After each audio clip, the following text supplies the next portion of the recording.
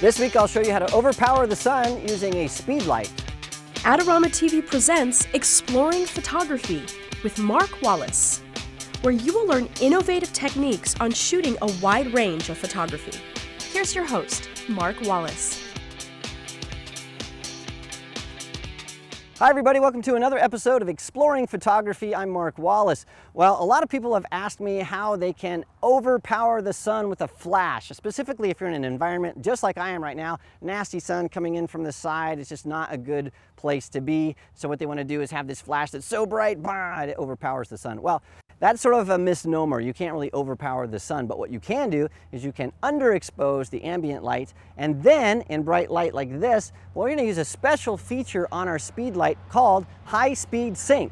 And that is going to allow us to shoot with faster shutter speeds so that we can underexpose the ambient light and then get that look that looks like you're overpowering the sun with the flash. Now, to show you how all of this works, I have asked Leanne to join me, and this is Leanne's very first Adorama TV video, so welcome to the show. We're gonna set some things up, and we're gonna first show you how to underexpose the ambient light, and then we're gonna show you how to use high-speed sync to really get that look that you're looking for. So we'll do that next.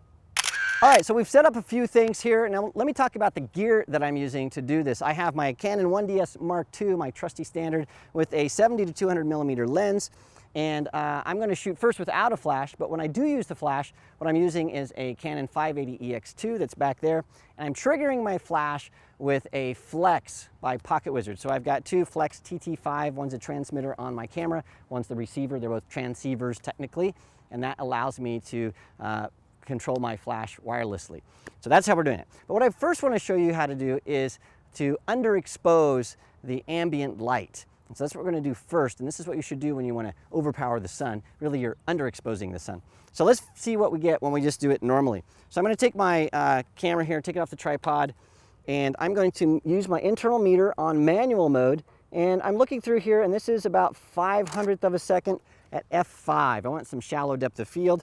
And when we look at this picture, it's horrible. We have these really nasty shadows, and so we don't want that. We want to knock that out and use our flash as our primary source of light. Now, one of the problems that you're going to have when you're using a speed light or a studio strobe is there is this bumper where this shutter can only go so fast. That's known as sync speed. And normally that's around 250th of a second, somewhere around there. If you don't know what sync speed is, I did a great video on it in episode 17 of Digital Photography 1-on-1. So check that out. You can go to the Adorama Learning Center and read all about it. But if you don't know what sync speed is, read about that. But what we need to do is we need to get past sync speed. We need to be able to shoot at much higher shutter speeds so that we can underexpose the ambient light. Let me give you an example. So what I want to do is I want to make everything dark. So all I have to do is, I'm going to raise this up, is increase my shutter speed. So I'm going to leave my aperture at f5 so I have shallow depth of field. I'm going to increase my shutter speed. I'm going to keep going all the way up to about 2,000th of a second. And that shows me in my internal meter that I'm underexposed by 2 stops. So really dark. Let me just take a picture. So Leanne, look right at me. Beautiful. So I take a picture there and I look, and yeah, everything is really dark, underexposed. And so basically we've overpowered the sun by underexposing the sun. That's how you do it. The next thing we need to do though is turn on the flash. Now for our flash to work at 2,000th of a second, we have to turn on high speed sync.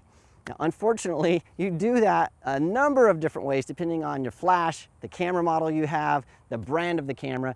So if you have a flash and you don't know how to turn on high speed sync, here are some tips. If you have a Canon flash, you turn it on right on the flash itself. And so depending on the model of flash you have, there's buttons, there's dials, and maybe in the menu. So look at your user manual, and we decided not to show you the specific steps because it would take us 20 minutes to show you all the flashes. But you need to turn on high speed sync.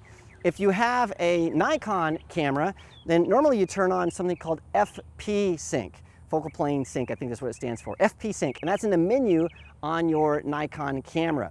And so we've got a bird here that's joined us. Very loud, I like the little bird. Anyway, so that's how you turn that on. If you're unsure, then you can always post comments right here on our YouTube channel, and I'm sure there's someone that's going to jump in and tell you how to turn on high-speed sync for your specific camera and flash. Now I'm using the Pocket Wizard Flex system, and the nice thing about that is high-speed sync is turned on automatically. You don't have to do anything to your flash. You just roll the shutter speed, and it will turn it on if it's needed. And that works both for Nikon and Canon, which is really nice. And that's why I'm using the Pocket Wizard Flexes, because it does it automatically for me. So what I'm going to do now is I'm going to turn on my Flex. And then what I'm going to do is I'm first going to take a calibration shot, which is required. And so we have that. That makes sure that the flash is operating properly. And now that we have that done, I'm going to roll my shutter speed back up to 2,000th of a second. So I'm shooting at 2,000th of a second at f5, and we know that at those settings, the sun is going to be underexposed, but my flash is going to give me a proper exposure on Leanne. So Leanne, I want you to look right at me, yeah, and turn a little bit toward that flash, just a little bit with your shoulders. There you go, beautiful. And I'll take a shot here. And now when we look at this, check it out. We have overpowered the sun. We've underexposed the ambient light. We have a proper exposure from our flash, and that's how it's done. Now the thing is, if you're wondering what settings I'm using on my flash, I'm just using auto mode. It's in full ETTL mode, through the lens metering mode. I'm not doing any kind of exposure compensation or anything like that. The flash is smart enough to know how to figure it out. And that is how you overpower the sun. Now, there's a couple more things I need to explain. So to do that, we're gonna hop in the shade and give you the final thoughts on using high-speed sync. Well, there are the basic steps for overpowering the sun. Just underexpose the ambient light, make sure your speed light is in high-speed sync, or just use a Minion Flex or 2 Flexes from Pocket Wizard, and that will automatically do the job for you. Now, you've probably noticed that we used a speed light with no diffusion, no light modifiers, so you might want to use a softbox like this guy here. This is an EasyBox Hot Shoe. The problem with that is as soon as you put a light modifier on your speed light, it is going to absorb so much light that it's going to be very, very difficult to shoot a full length or even a half length shot, because you have to have the flash so close to your subject. And so what I suggest, if you want to use a softbox or an umbrella to get a little bit softer light, what you should do is you should shoot in a shady area like I'm in right now, and then choose a background that's darker, and that will allow you to do that. Or you really need to shoot at a different time of the day. So the technique I just showed you with high-speed sync is sort of a last-ditch effort. If you just absolutely have to make it look like you're overpowering the sun, you can do that. But I recommend that you find better light, modify that light, and get better looking light than the light that we just showed you, because it's just a little bit too harsh for our needs. The other thing I did that I didn't mention is I actually took the flash and I put it up like this, and then I twisted it, and then I was able to put it down, and that allowed us to have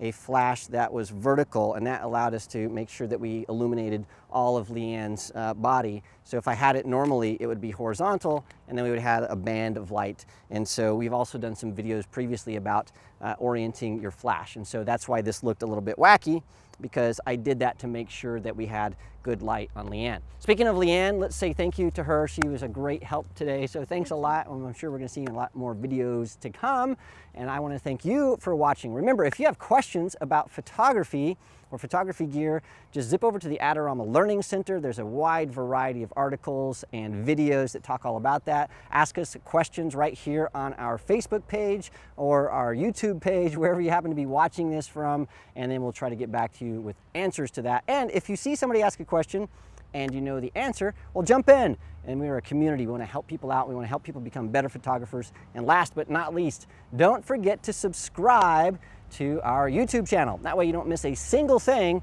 that's coming to you from all the great contributors right here on Adorama TV. Well, thanks for watching, and I'll see you again next time.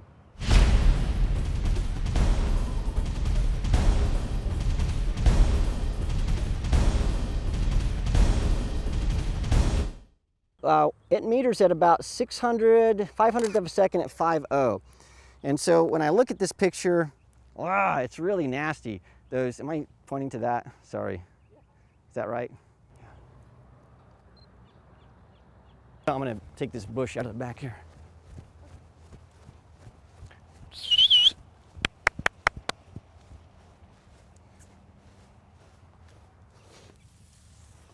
Well, let me make sure that's good.